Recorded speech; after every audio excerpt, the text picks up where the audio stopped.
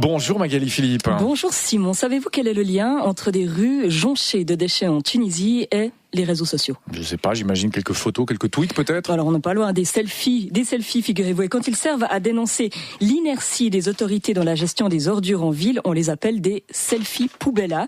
C'est un journaliste tunisien qui a lancé le mouvement via une page Facebook il y a 3 semaines, avec l'objectif suivant, je cite, montrer aux responsables de ce pays le vrai visage de nos rues et la pollution de l'environnement.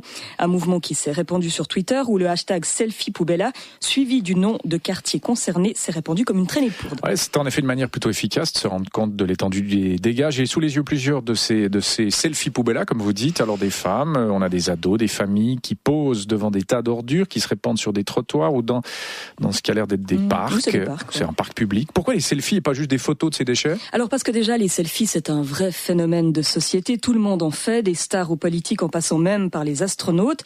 Donc de proposer aux internautes d'en réaliser pour soutenir une cause, c'est quasi une garantie de succès sur les réseaux sociaux. Et puis dans le contexte tunisien, le selfie pour dénoncer l'insalubrité des rues, c'est aussi une sorte de pied de nez à la ministre actuelle du tourisme, Amel Karboul, qui a fait de ce genre de photos quasi sa marque de fabrique.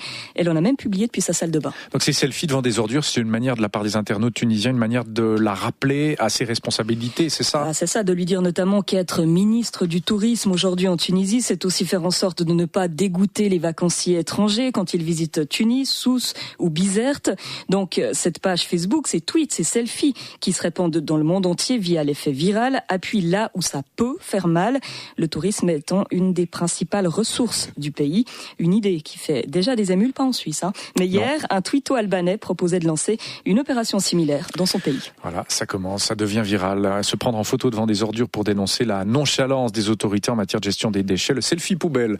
Le selfie poubella, voilà. Poubella, on a encore appris une expression avec vous Magali Philippe, c'était Sonar. À demain.